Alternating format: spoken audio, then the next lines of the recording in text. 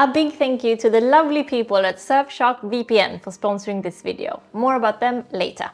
Oh man, you guys, here I am, once again forcing myself to do an impossible video, narrowing it down to just 10, but anything for you. So here we go, the top 10 films of all time. Okay, I'm just on my very first pick and already I'm going to cheat because it turned out choosing just one Studio Ghibli film was both physically and existentially impossible. Actually, narrowing it down to 3 was hard as hell too, but the 3 I've chosen are Spirited Away, Princess Mononoke and Nausicaa of the Valley of the Wind. All 3 masterpieces of epic proportions, and the love I feel for these 3 will never die.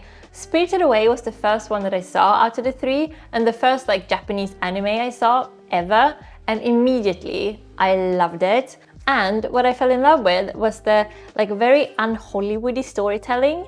In neither of these 3 films there is black and white or good or evil or simple clean-cut solutions or heroes and villains.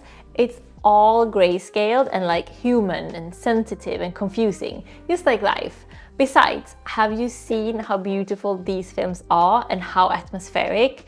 You are instantly transported to another world, and it's a world you just want to stay in. If I could live in a Ghibli movie, I would. Which one though? That is the question. Which is your favorite Ghibli? Can you choose just one? All 3 of these are directed by Miyazaki, which must then mean that officially Miyazaki is my #1 favorite director. Another one of my all-time favorites is a very Hollywoody movie, Fried Green Tomatoes, one of those extremely 90s movies. You know what I mean, fantastic, memorable characters, gorgeous moody settings, big drama, Kathy Bates. If we look at storytelling as an art form, this is a true masterpiece. What we're dealing with here, ladies, is a perfect film. It will hit all your heartstrings. There is humor, warmth, sadness, there's drama, there's love, and again, Kathy Bates. So, told in 2 alternative timelines, the 20s and the 80s, or maybe 90s, in Alabama. And again, if you want a perfectly told story that's emotional and uplifting and refreshingly with a big Hollywood epic, female-centered. There are so many memorable and iconic scenes, and you will have just a wonderful, delightful time with this film. And also, if you're that type of person, you may very well shed a tear or 2.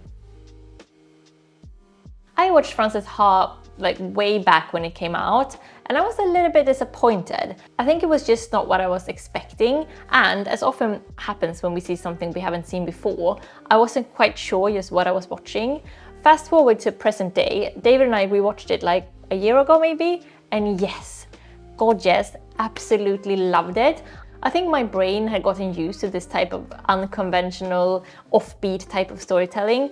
Basically, I've become a more sophisticated movie watcher these last 10 years, and this is what I feel about Frances Ha. I feel like it was the first of its kind. I feel like it captures something about the current female experience that hasn't been portrayed this way before, and it has a dialogue that sizzles and cracks off the screen. If you like Fleabag, or for that matter Greta Gerwig's later film Lady Bird, you need to go back to Frances Ha and then follow it up with Mistress America. So she wrote the script for Frances Ha together with her partner Noah Baumbach, and I just want to quickly do a little honourable mention of 2 of his films that David and I love to bits and have watched so many times. The Squid and the Whale and Margot at the Wedding. They were just barely pushed off this list, so if your jam is offbeat, dialogue-heavy films about weird characters, this will be your type of thing. Which of the Gerwig Baumbach movies have you seen? Do you have any favorites? And yes, of course, you are allowed to say Barbie.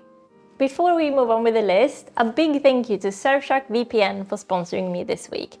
David and I have been on the VPN train for years now, but if you don't know what a VPN does, listen to this. A VPN keeps your online identity safe by encrypting all of the information sent between your device and the internet. Now you might go, what does that mean and why do I need it? Well, the reason why I personally use it on seriously a daily basis is to change my virtual location when I'm streaming content online. Surfshark has 3,200 servers in over 100 different countries, And you know that I'm Swedish, right? And a couple of weeks ago, I was really in the mood to watch the Swedish early 2000s teen movie Hipp Hipp Hora, a film that both David and me grew up with, and we just couldn't find it anywhere. It's sometimes really hard to find Swedish movies that have kind of been forgotten about, but in the end, we found it on a Finnish streaming site, so we used a VPN and immediately we're in Finland and could rent it off the site, and movie night was saved. I also used it to watch the whole first season of Terrace House in Japan, which is not available on Netflix, and we've been trying to locate it forever. And yes, it is just as good as we thought. Seina-san is my queen. Seriously, a VPN is like a lifesaver for all of us who want to stream like more niche or older films or foreign films, so like a culture geek essential. But of course, a VPN is not just for us movie nerds, it's for anyone who wants to protect their identity by encrypting their online activity. So guys, what are you waiting for? Get an exclusive Surfshark Black Friday deal. Enter promo code Jenny to get up to 6 additional months for free at surfshark.deals/Jenny. I'll of course leave a link in the description so that you can go and have a look for yourself. Huge thank you to Surfshark, and let's get back to the video. Now let's get creepy and plot twisty and utterly aesthetically gorgeous. The Handmaiden, set in 1930s South Korea. If you haven't seen it, I don't even know how to explain just how delicious this film is. The clothes, the interiors, the cinematography, and the mood, like the language. If you're aesthetically inclined at all, this is a must-watch. On the other hand, it has a super creepy, highly original plot full of twists and turns. So if you're into like intricate storytelling, where you're constantly trying to like piece it together and like guess the ending, you will not be disappointed in The Handmaiden. This one is such a favorite of mine that I even wrote it into my book, where Sam and Luke watched it one night and then like immediately watch it again, which is actually something that David and I do sometimes when it's a movie that we just don't want to leave the world of. The first time we did this was before we even started dating, when we were just like in our flirty phase, and we watched Battle Royale 2 times in one very long, very romantic night. Okay, if plot twisty, highly aesthetic 1930s set movies are your thing, honourable mention, Gosford Park. Set in an English manor house with like the upstairs, downstairs dynamic. It's so gorgeous and so atmospheric. Yes, please. So I'm just gonna go there. Home Alone and Home Alone 2 are 2 of the best movies ever made. Try to convince me otherwise. Where like John Hughes' other movies have definitely not aged well, these 2 are perennial. They just like continue to be equally as lovely to watch year after year after year. And come to think of it, could they actually be the reason for the success of the Home Invasion movie? A little bit of romance now maybe. Before Sunset, the second installment of the Before trilogy. Why the second? Well, to me, it's just like the strongest out of the 3. For those of you who have seen neither of them, this trilogy follows Celine and Jesse as they like meet in their 20s, then again in their 30s, then in their 40s. Like each movie filmed with a 9-year interval. They are like walking and talking movies. Basically, it's just dialogue, that's it. Musings on the world and like observations about life, very little plot. The first one is in Vienna, the second in Paris, and the third on a Greek island. It's just like lovely script writing and like highly engaging and seriously just sweet. So if you've seen all 3, which is your favorite? Do you agree with me that the second is just like that bit stronger than the first? If the Before trilogy is opting for realistic dialogue, Brick isn't. Instead, we're here almost like getting to see a new language or dialect on the screen, basically with like a bunch of high school students talking as if they're characters in a film noir detective story from the 40s. And the story too is like that of a film noir femme fatale kind of thing, only set in a Southern California high school. It's incredibly inventive and entertaining, even though the subject matter is seriously quite brutal. I think it's one of my favorite scripts ever if you look at dialogue. It's written and directed by Rian Johnson, who made, you know, Knives Out and like Star Wars stuff. But Brick, I believe, is his first. And like often with first, it's his like most unique and inventive, if you ask me. Watch it if you haven't, it's wonderful. But if you want a more traditional, conventional thriller, an honourable mention here, The Pelican Brief. A perfectly crafted thriller. So moody too. Okay, don't roll your eyes at me, but Dirty Dancing. Is there a better summer romance movie? It's a classic for a reason, and David and I watch it more or less every goddamn summer. It needs no presentation, so I'll just jump straight to an honourable mention here. Another dance-themed movie is the beautiful Scottish film Beats.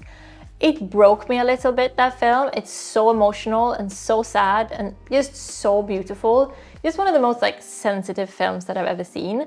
Scotland, 90s, rave culture, two best friends, one crazy night. I implore you to watch it.